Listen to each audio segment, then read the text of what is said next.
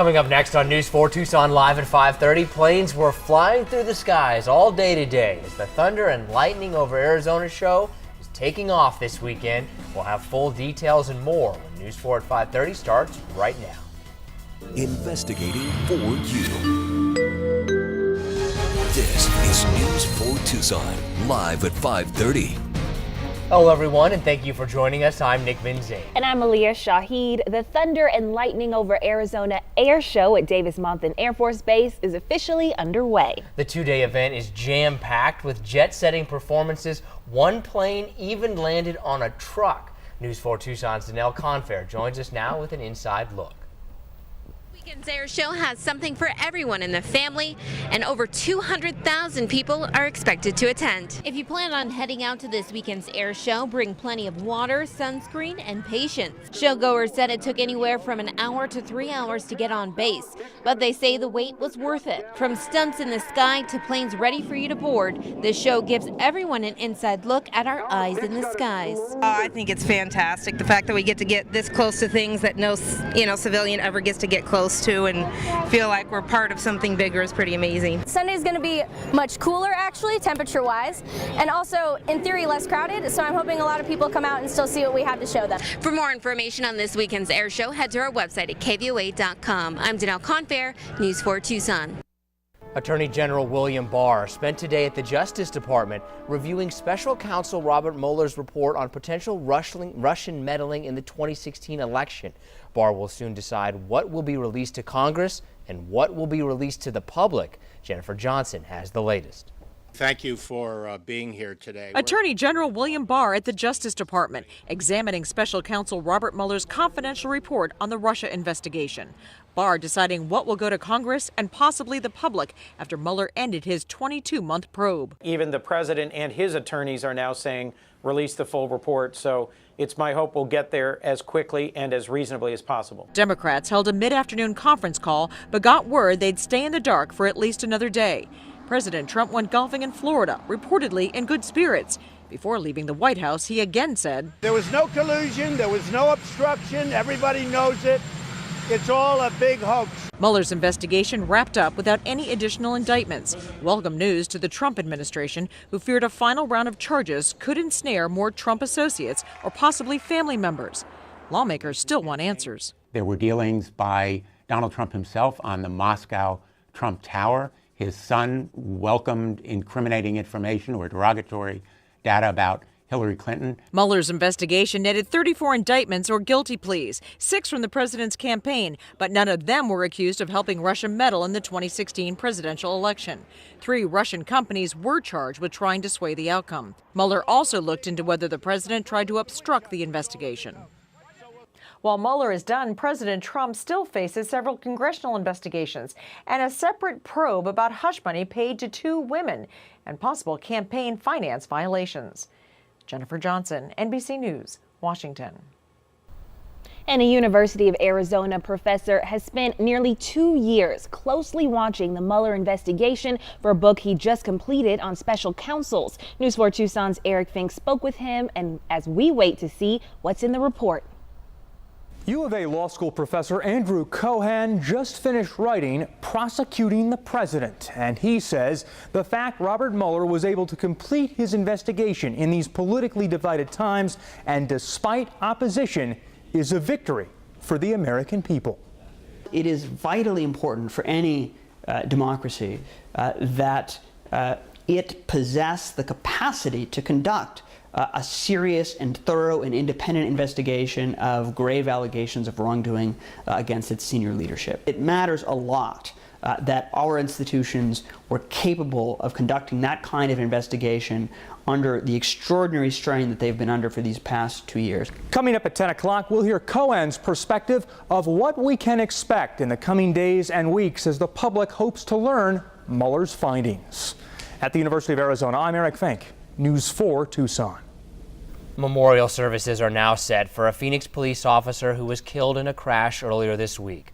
Officer Paul Rutherford was hit by a vehicle while investigating a crash.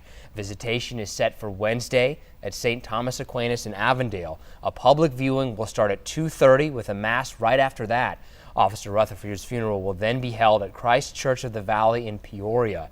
The 22-year veteran is survived by his wife, 2 sons, and a grandson.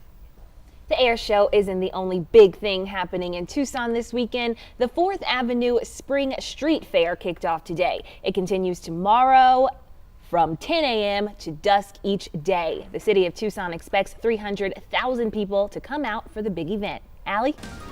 Hey, Aaliyah, you know, it's just a wonderful weekend. It was almost like planned this way weather-wise in these outdoor events. So if you have some plans, or even if you don't, you better get outside this weekend. You do not want to miss out. 75 degrees right now at the airport. The winds are very calm. Coming out of the west, only 5 miles an hour. As for current temps across southern Arizona, 73 in Sahuarita, 74 at Davis Moth, and also Midtown and the east side, 73 on the west side in Tucson Estates, and also at Sabino Canyon, and 75 in the foothills. As for Santa Cruz and Cochise County, 72 in Nogales, 70 in Sierra Vista, 69 in Bisbee, 73 degrees. Over to you in Douglas.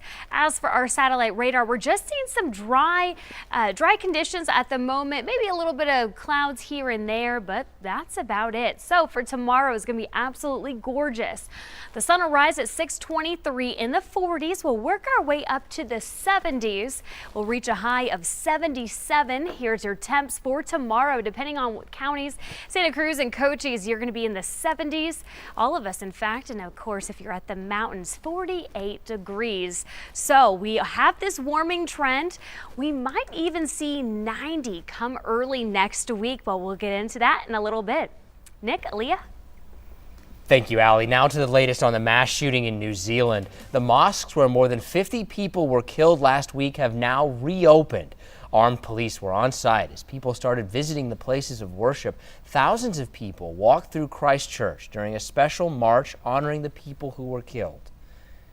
And a planned open-pit copper mine near Tucson has cleared the final permitting step. Toronto-based Hudbay Mineral Incorporated says the U.S. Forest Service has approved the operations plan for the project. Earlier this month, the U.S. Army Corps of Engineers issued a key water permit for that mine. Hudbay says the mine will eventually create around 500 jobs. Environmentalists have opposed the project for years, saying it would damage water sources and scar the land.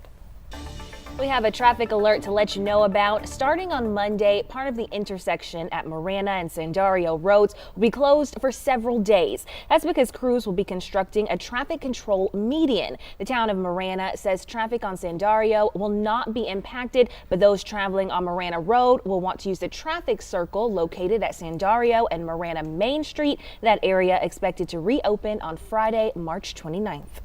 A difficult and dangerous rescue operation is now underway off the coast of Norway. A cruise ship with 1,300 people on board is stranded after running into engine problems during a storm. Chris Pallone has the latest. Passengers could be seen dangling from helicopters on ropes above a cruise ship off the west coast of Norway. Officials say the crew of the Viking Sky reported engine trouble Saturday afternoon during a storm about a mile from shore. 2 rescue boats had to turn back because of the choppy seas, which saw waves reaching 25 feet high. At least 4 helicopters could be seen plucking some of the 1,300 passengers and crew off the ship's deck, an operation made even more perilous by wind gusts exceeding 50 miles an hour. Very frightening. We went up on a helicopter with a sling, the 2 of us together, and it was quite scary. The ship's crew was able to get 1 engine running and dropped anchor as the rescue operation began. Passengers were being flown to the Norwegian mainland, then transferred to hotels from there. 8 people suffered minor injuries. Only 100 passengers had been plucked from the ship several hours after the rescue operation began. The Viking Sky was on a 12-day trip to several Norwegian ports. It was scheduled to arrive at the British port of Tilbury on Tuesday. The stretch of sea where the cruise ship ran into trouble is known for its fierce weather and shallow water. Chris Pallone, NBC News. Coming up next on News 4 Tucson Live at 5:30, a group of volunteers adopted a roadway today to clean up, all in honor of a loved one. Plus, a temporary center for the Diocese of Tucson will be closed in a couple of days. Details after the break. We'll be right back. Investigating for you. This is News 4 Tucson.